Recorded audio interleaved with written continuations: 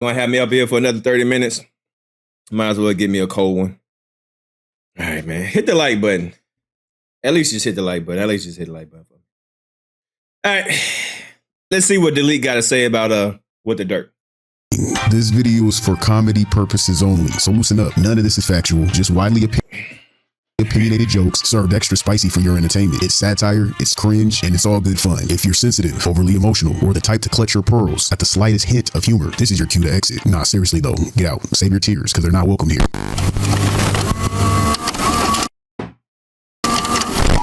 Warning. Your local county authorities have issued a civil danger alert.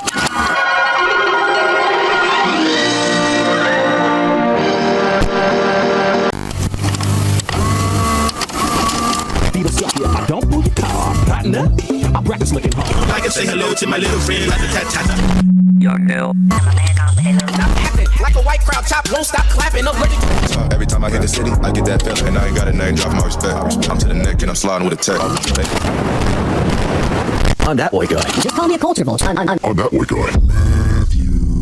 I don't even know what to call this. This isn't a pack out. I done packed him out so many times. I'm already dragging him. This is just, I guess this is just a yap session. And the video's too long to be a sig tape. I guess I'm gonna just be ranting for 30 minutes. If y'all don't like satire, click out. Ask me if I care. Go ahead, ask me. Matthew, you done got yourself into some shit. You always getting into something. You could never sit down anywhere. What is wrong with you? Why are you always in something? You causing all this drama knowing you soft as hell. You can't handle it. I don't understand this. Like, why do you do this to yourself? Deleted. Matthew has not learned. Last time this powder donut decided to stick his nose in something other than Tinkerbell's magic dust is when he decided to go on another YouTuber's live stream to talk real slick about me. Yo, powder donut is crazy. He called him a powder donut. That's he called him a powder donut. That's crazy. Super child. He came with that baggie. What's the dirt came with that baggie? Making fun of others, their physical appearances and how they speak while hiding your own face. Oh, making fun of others, their physical appearances and how they speak while hiding your own face and modifying your voice is the epitome of an insecure man. Pretty much the definition. Yo, shout out what's the dirt coming from that bag. He gave me $27 in Canadian money. So that's like 35 US dollars. Which honestly, I didn't mind at all. Another excuse for a video to make jokes. My very first run-in with Maddie was when he decided to let a few prejudiced remarks slip out of his mouth. This is where I insert all those receipts for all the folks that, you know, have selective memory and all that. Tiger in particular is a well-documented milkman who, like Kendrick, has a past of infidelity. I mean, Kendrick might just be a milkman, right? A closeted milkman. And after that, it's over. You wake up and you don't even know what you done. I missed the show. I wish they'd bring it back. Dude is like Carlton from Fresh Prince, and you're trying to frame this as me being racist. My family growing up didn't use the N-word. I made a whole video on my channel. I didn't say the N-word for 20 years. Bro, I could kind of tell. And what's also really clever here is that Drake is 37 years old, and he says the N-word 37 times on... Yeah, this right here took everybody out. This right here killed your channel right here. This in that 2-hour and 30-minute bullshit video that she made about Family Matters. Yeah, that was it right here. This is the moment where you knew you fucked up. On this track, and I believe his reasons for doing this is he's basically saying the word for every year that he's been alive to symbolize that he was indeed born black. Boy, if you don't... Although Kendrick's child isn't anywhere near to as light as Drake's, Drake leverages this to subtly accuse Kendrick of hypocrisy. This is Kendrick's reality, right? He does have mixed children, and he does seem to prefer lighter complected women. Kendrick really wants to be with white chicks, right? That's truly what he wants, but because he's Kendrick Lamar, he has to hide it. He's embarrassed to be seen. Because Drake is half black, the other side of his family uses it. Kendrick had to frame those lyrics like he had big plans of messing with thick queens with the weave looking on point, but in reality, he was gripping on a blonde ponytail and balls deep in skinny white ass. What the fuck is this nigga talking about? Just call me a culture vulture. Shut the fuck up, bitch. He would later then go to extreme measures by claiming I was another white YouTuber. Not sure what he was trying to do there exactly. What was he trying to prove? I guess just another white line on his mind. I'm that white guy. But I love singing. It's a sport and it's fun as fuck. I don't really know you, bro. I don't really know you at all. And I don't know really what to believe right now at all. And this deleted guy, he's like pretty much tried to destroy my career, right? Like how I feed my family. So I'm taking this very fucking serious, bro, and doing my due diligence. I've submitted. Oh, shit. He about to sue your ass.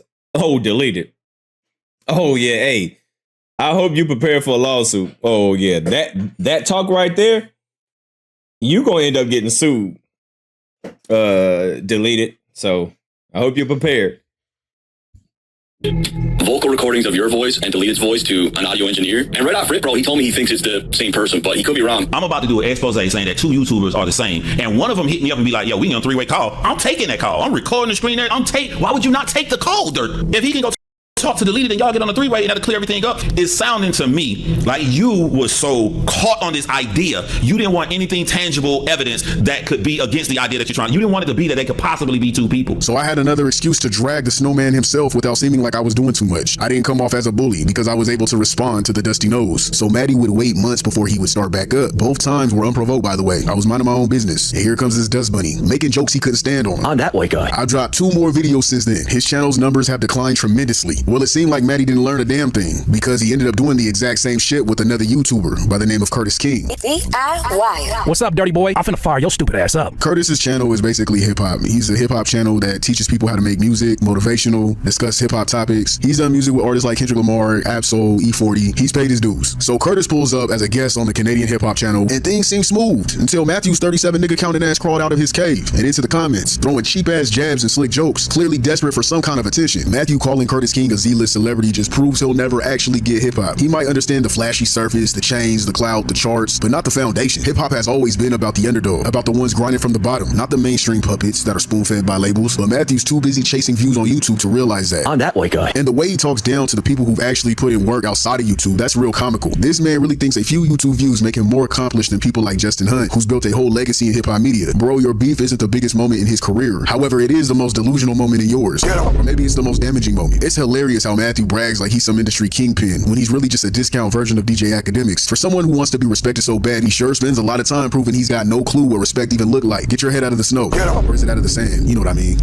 Get out of the snow, Matthew. The audacity to call out people who've worked with artists a decade ago, as if that's something to be ashamed of. Just because it wasn't yesterday, you feel like it don't hold weight. Bruh, that's part of his resume, and it's still a part of hip-hop history. Meanwhile, Matthew's contribution to the culture is what exactly? Stealing other people's work for his breakdowns? You want to tear my channel down for no reason? Because you're uncomfortable with your own, or you just don't like me, or you're just trying to do this for the clicks? You're more than welcome to hop on my channel and have a conversation. I hope you watch this video and take me up my offer. We could have a conversation. Hey, we could have a bar off. Me and you could break down bars together and see what each other catches. I guarantee you won't beat me, because the content you make is you study people like me, you study people like me, you study people like me, you study people like me, Knox Hill and other channels who actually have the skills and the talents to break down music, because we actually are musicians. And you make edited work, probably using AI software to fucking make these fucking clips and explain battles weeks after it happened, weeks after it happened, weeks after it happened, weeks after it happened. I'm that white guy. And his weird ass obsession. God damn.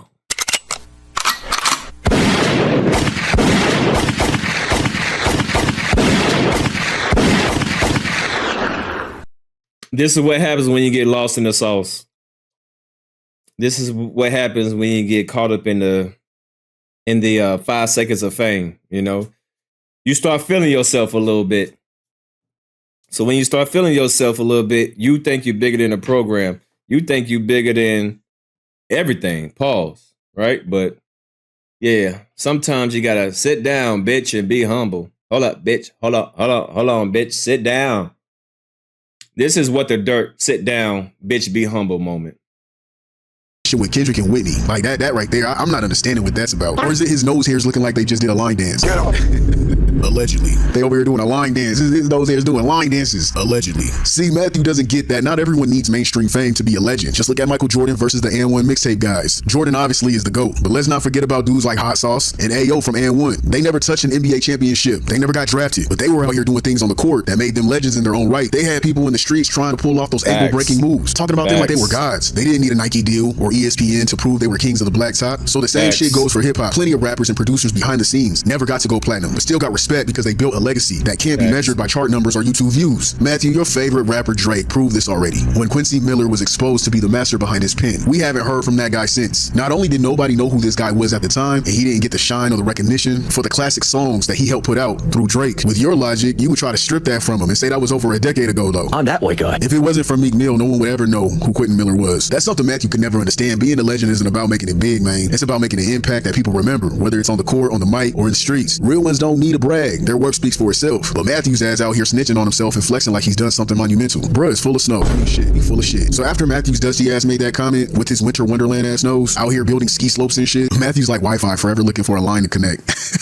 Allegedly. Curtis being the real one clapped back with no hesitation, like any other self-respecting man would. A lot of the art form gets diluted, and then a lot of the news gets put in the hands of people who have no fucking business talking about it because they never made this shit a day in their life. You ain't never wrote no verse, you ain't never sat and engineered nothing. Shut up. Let's be real, Matthew ain't just some random troll. He's a YouTube peer with a verified check. He easily stands out in the chat because of this check mark, and it's clear that he has a lot of time on his hands lately with the decline of his channel and all. But then came the real clown show. The host that goes by Friday decided to step in, not to tell Matthew to quit acting like a clout-chasing drama queen, but to tell Curtis to ignore him. His excuse was Matthew's one of us. He's Canadian. Let's direct the attention away from What's the Dirt, and even from what you're saying to What's the Dirt, and salute to him because like he's over here in Canada, like that's my peoples, you know what I'm saying? That's my peoples, you know what I'm saying? That's my peoples, you know what I'm saying? Like, I'm just fed the fuck up. I can't take another minute of this bullshit. Bro, what kind of discount Drake unity is that? Who asked for the maple syrup loyalty? You invite a guest to your platform and then tell him to shut up while your boy plays keyboard warrior in the comments. That's like watching a dude get jumped and then telling him to stop hitting back because one of the attackers is from your hometown. The off-brand Canada dry logic is wild. That's not just unprofessional, that gives groupie energy. This is how you lose future guests to your platform. Letting Matthew fuck up your bag just because you guys are Canadian is a dumbass analogy. And I'm only bringing up Canadian logic because Friday did. He said Matthew's one of us. He's over here in Canada, like that's my peoples, you know what I'm saying? What does Matthew's Britney Spears loving ass have to do with him being from Canada? How does that suddenly give him a pass to talk reckless to Curtis, but Curtis is the one that needs to chill? It doesn't make sense, man. For Friday to tell Curtis to chill without calling out Matthew for starting the drama in the first place was not only unfair, but shady as fuck. If you're gonna play referee, at least hand out flags to both teams. Tell both of them to chill out. And because of that little display of bias, the situation snowballed into an endless chain of reactions.